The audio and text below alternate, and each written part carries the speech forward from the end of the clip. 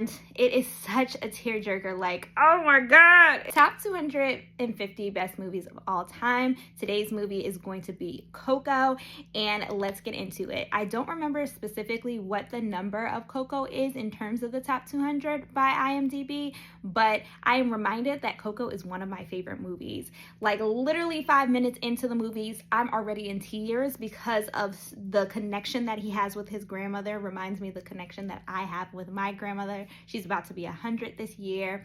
And then it's also just breaking down these generational traumas. There were so many themes in the movie, whether it was family is being important, whether the wealth that you have is not necessarily monetarily, but it is more about being remembered, being valued, being cared for in the family and the community that you have. Because you see Ernesto Cruz, he lives in this high, tall mansion in the sky, and it's because people were able to remember him, versus Hector, who lives still in a community, still being able to like find family, like your found family, which is another theme, but they live essentially in squalor. Like this, they are like crumbling away, and it just shows you the main theme, I think, and what I got out of it was the main theme was family.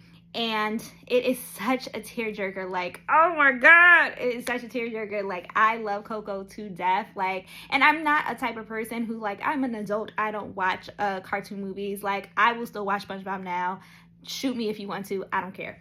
But Coco, like, truly hits at your heartstrings because it is a film that not only is visually pleasing, because whether it is the flower bridge or the decorations, the little details on the individual skulls, but it also shows like the trajectory of how a family can heal. Because once again, it talks about the generational trauma that started with Grandma Imelda, and when her husband left and he never came back home, and she tried so hard to like rip his memory from Coco, but it's just like we still remember the individuals that we love and they're still important to us.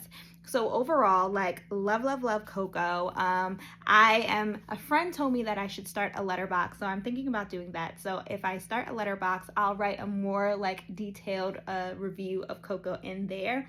But one of my favorite movies, love Coco, so deep, so beautiful. Like, I personally feel like Pixar does not miss, and this was a great movie to watch.